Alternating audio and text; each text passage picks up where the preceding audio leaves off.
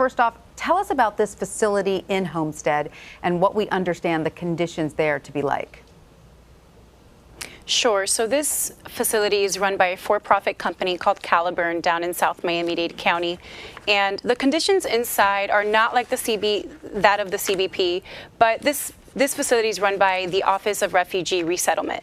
What we have learned over the course of a month or two have been that detailed in court records as of last month is that the conditions inside are kids are cutting themselves. They can't hug each other. They're crying themselves to sleep. They feel alone. They don't have the resources. They have 2 calls a week to their parents if they answer the phone.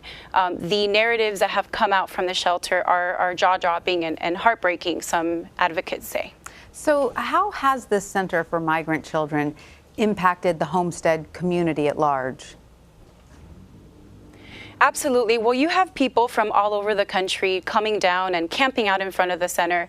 There have been dozens and dozens and hundreds of people that have come to say, we don't want this. We don't want what they are calling a prison for children in our own backyard. And it has enraged a lot of people, not just in our community, but outside of our community. And so how do you think, especially in light of these reports of unsanitary conditions at migrant facilities and the devastating image we just saw of that dead father and his daughter at the border, how might all of this shape tonight's debate in Miami? I can't say what will happen tonight, but I do know that some candidates are welcoming the conversation. They feel that that photo is something that needed to surface. It's a powerful image illustrating what's happening at the border and what people are going through. They're losing their lives to get here, only to, if they do make it, they're separated from their children. So it's either, from what I was told earlier this morning at Homestead, it's either you die trying to get here or you're separated from your kids. Which one's worse? And now also there is the specter of this deportation crackdown. President Trump has delayed it across the country. It was supposed to take effect on Sunday.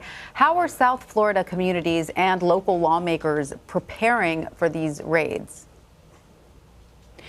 Local law enforcement have said that they are not assisting immigration authorities with the raids, but what we do know is that people are trying to hide in their homes. They're trying to get in contact with attorneys. They're learning their rights. They're afraid. I've spoken to people who have sold their stuff, their cars, because they're afraid.